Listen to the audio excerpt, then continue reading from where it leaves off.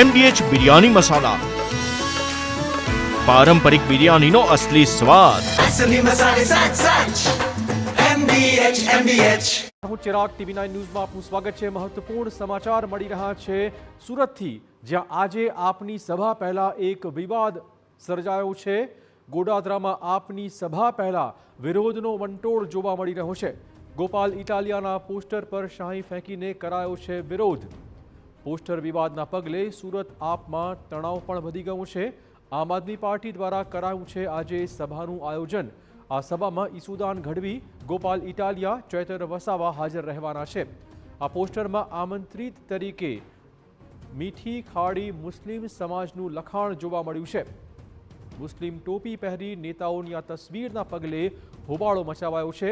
કાર્યક્રમ સ્થળ બહુમતી હિન્દુ વસ્તીવાળું હોવાથી વીએચપી દ્વારા અહીંયા વિરોધ શરૂ કરાયો છે।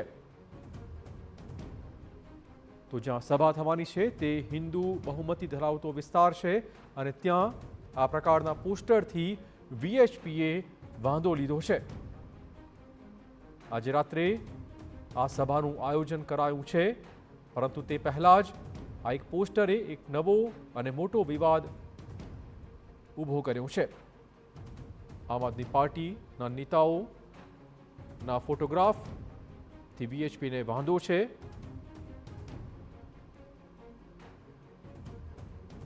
ટૂંકમાં આજે સભા યોજાય તે પહેલા જ વીએચપી દ્વારા તેનો વિરોધ શરૂ કરાયો છે।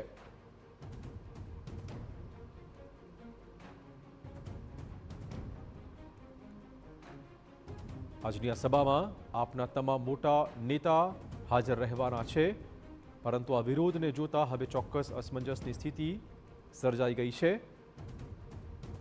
ગોપાલ ઇટાલિયાના પોસ્ટર પર શાહી ફેંકાઈને વિરોધ કરાયો છે। વધુ વાત કરવા જોડાશે અમારા સંવાદદાતા બળદેવ। બળદેવ, શું વધુ વિગતો છે અને ખાસ તો આપના નેતાઓમાં અત્યારે કયા પ્રકારનો ગણગણાટ હોઈ શકે છે?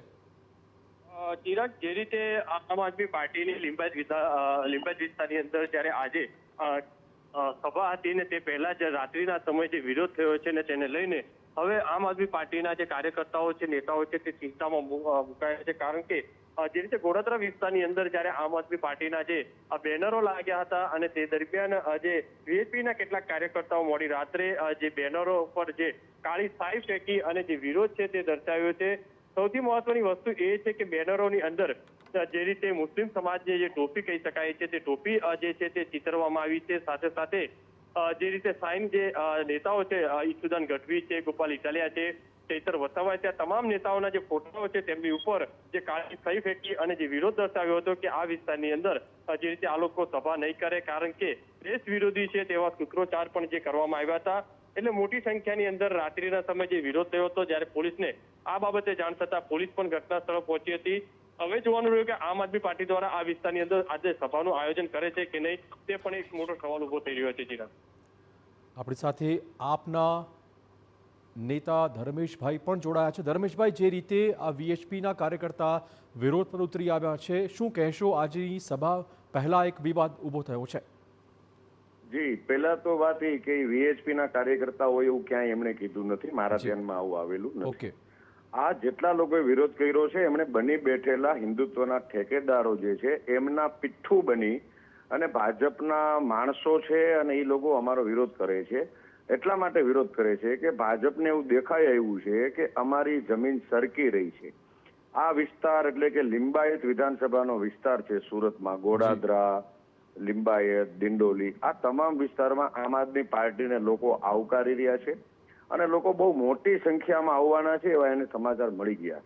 એટલે ભાજપના કોર્પોરેટરોએ, ભાજપના ધારાસભ્યોએ પોતાના પીઠ્ઠુઓ ઊભા કરી અને અમારા નેતાઓના ફોટાઓને મોર્ફ કરી ટોપી લગાડીને પોતે બેનર લગાડ્યા, પોતે એવું નીચે લખે કે સમસ્ત મુસ્લિમ સંઘ।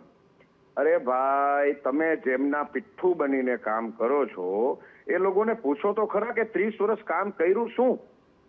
આમ આદમી પાર્ટી તમને નડી શું? અમે તો ધર્મેશભાઈ, એક ક્લેરિટી કરો ધર્મેશભાઈ, જે મીઠી ખાડી મુસ્લિમ સમાજ એવું કોઈ ચોક્કસ નિમંત્રકનું નામ પણ છે, મીઠી ખાડી મુસ્લિમ સમાજ, શું એણે આ પોસ્ટર નથી લગાવ્યું? આવું કોઈ સંસ્થા છે કે નહીં સુરતમાં?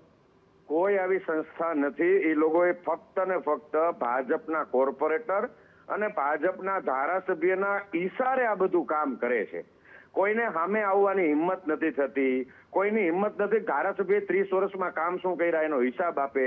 કોર્પોરેટરે 30 આ જ વિસ્તારની એક દીકરી 1 વર્ષ પહેલા ફી નહીં ભરી શકવાના કારણે એને આત્મહત્યા કરી લેવી પડી.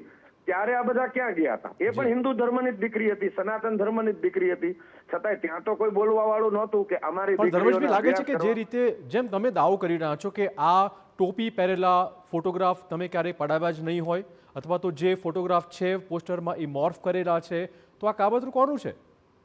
મોર્ફ કરેલા છે એક હિન્દુ ધર્મનો દેવી પુત્ર ચારણનો દીકરો છે, માતા સોનલનો ભક્ત છે, એવા આમ આદમી પાર્ટીના પ્રદેશ પ્રમુખ છે, એ હિન્દુ છે. આ લોકોને શું હરખ થાય છે કે એમનું ધર્માંતરણ કરે છે? સ્વામિનારાયણના ભગત એવા એક બેન છે, એક માજી છે, એમનો દીકરો છે ગોપાલ ઇટાલિયા, જેનું નામ જ ગોપાલ છે.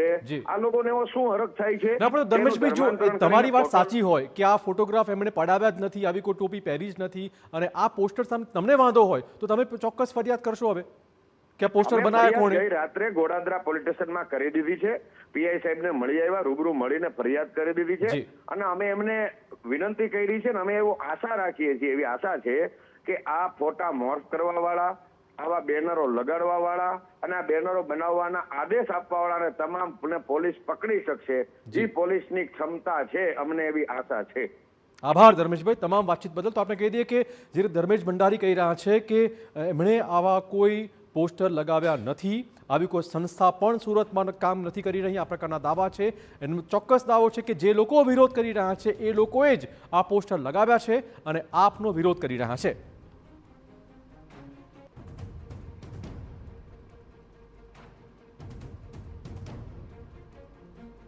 તો આમ આદમી પાર્ટીના નેતાઓએ આવા કોઈ પણ જાતના ફોટોગ્રાફ પડાવ્યા નથી, આ ફોટા એડિટેડ છે, આ પ્રકારનો દાવો છે આમ આદમી પક્ષનો.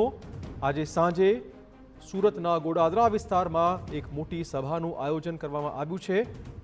આ સભા પહેલા જ એક વિરોધનો વંટોળ જોવા મળી રહ્યું છે. MDH કિચન કિંગ મસાલા રસોડામાં હોય તો આપણે કંઈ પણ બનાવી શકીએ છીએ. રીંગણાનો ઓળો, બટેટા ફુલાવર, ભીંડી મસાલા અને બીજું ઘણું બધું. MDH